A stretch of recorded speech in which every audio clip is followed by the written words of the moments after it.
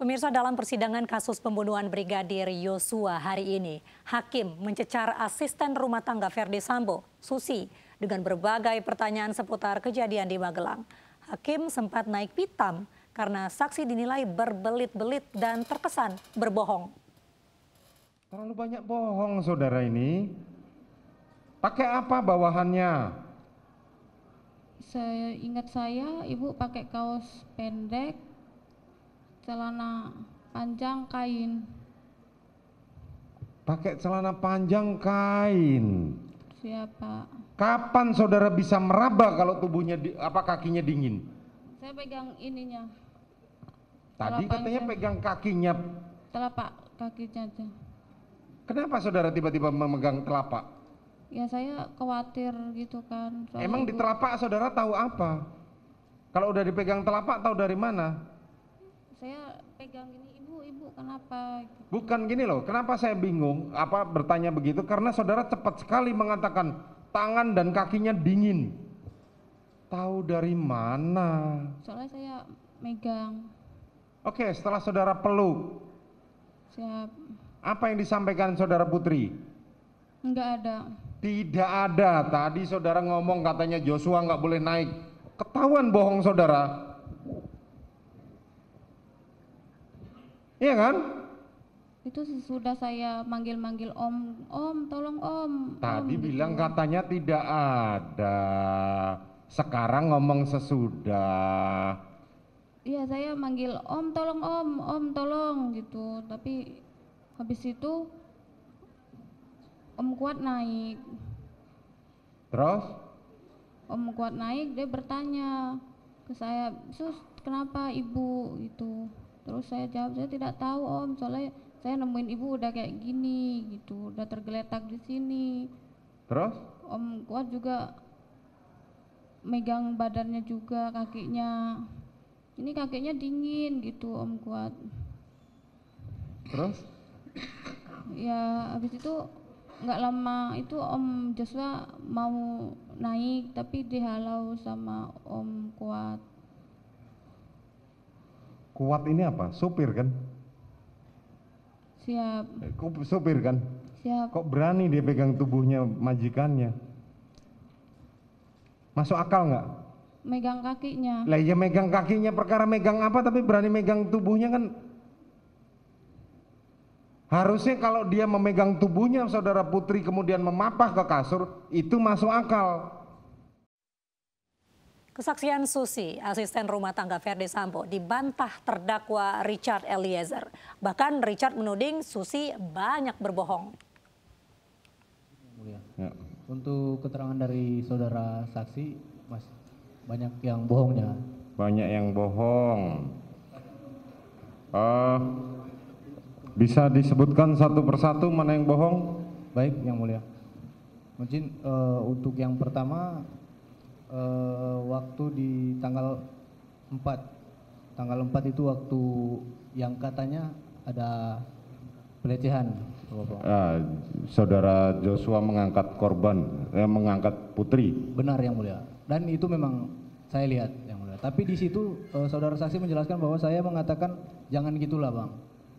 Mengatakan kepada Joshua, padahal itu tidak benar yang mulia. Saya tidak berkata seperti itu yang mulia. Ini yang mulia, dari saudara saksi mengatakan bahwa Pak Efes lebih sering di Saguling yang mulia. Dan saudara saksi sering menyediakan sarapan pagi untuk saudara Efes. Nah, izin yang mulia saya bisa tanyakan ke saudara saksi, berkenan? Enggak, nanti ada waktunya sendiri saudara bertanya. Ya karena sesuai faktanya saudara Efes ini lebih sering di kediaman di Bangka yang mulia. Untuk Sabtu Minggu saja baru balik ke Saguling.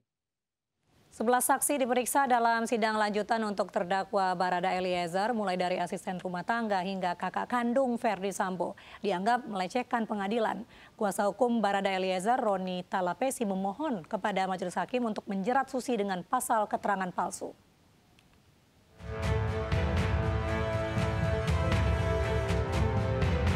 Sebanyak 11 orang saksi dihadirkan dalam sidang kasus pembunuhan berencana terhadap Brigadir Yosua dengan terdakwa Barada Eliezer. 11 saksi yang dihadirkan jaksa penuntut umum terdiri dari kakak kandung Verdi Sambo, Leonardo Sambo, kemudian juga asisten rumah tangga, ajudan, dan sopir yang bekerja di 3 rumah milik keluarga Sambo. Asisten rumah tangga Verdi Sambo, Susi, menjadi yang pertama diperiksa. Yang menjadi saksi hari ini dalam pemeriksaan, teman-teman sudah bisa lihat ya, bahwa keterangannya kita beranggapan bahwa keterangannya tidak konsisten, berbelit-belit, dan tadi hakim sudah sampaikan bahwa keterangan ini bisa menjadi keterangan palsu. Maka kami memohon kepada majelis hakim agar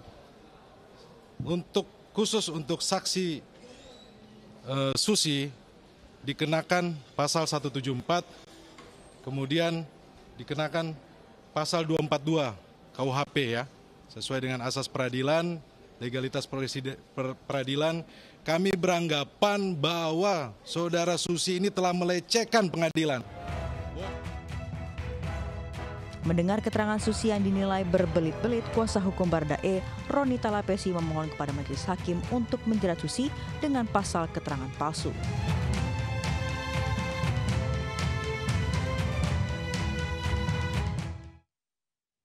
Mantan Karopaminal Divpropam Polri, Brigjen Hendra Kurniawan menjalani sidang kode etik profesi hari ini di Mabes Polri. Hasil sidang memutuskan Hendra Kurniawan diberhentikan tidak dengan hormat sebagai anggota Polri karena terbukti merintangi penyidikan kasus pembunuhan Brigadir Yosua.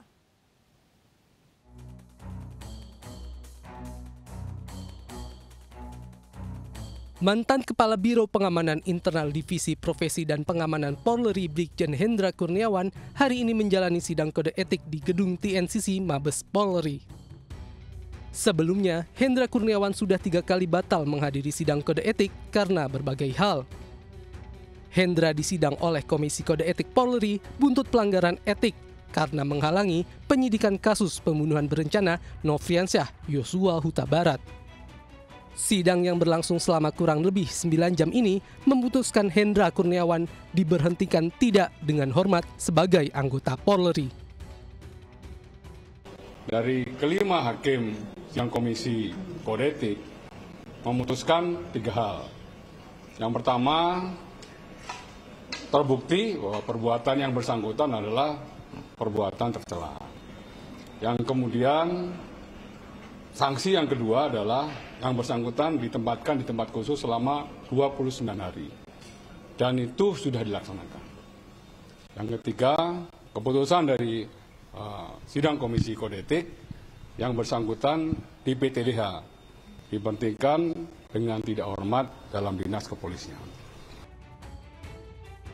Hingga sampai saat ini, Hendra juga tengah menjalani proses hukum di Pengadilan Negeri Jakarta Selatan terkait obstruction of justice kasus pembunuhan berencana yang menyeret mantan Kadif Propam Polri Verdi Sambo. Ratusan Arebania berdemo di kantor Kejaksaan Negeri Kota Malang menuntut keadilan atas tragedi Kanjuruhan. Informasinya di iNews Malam sesaat lagi.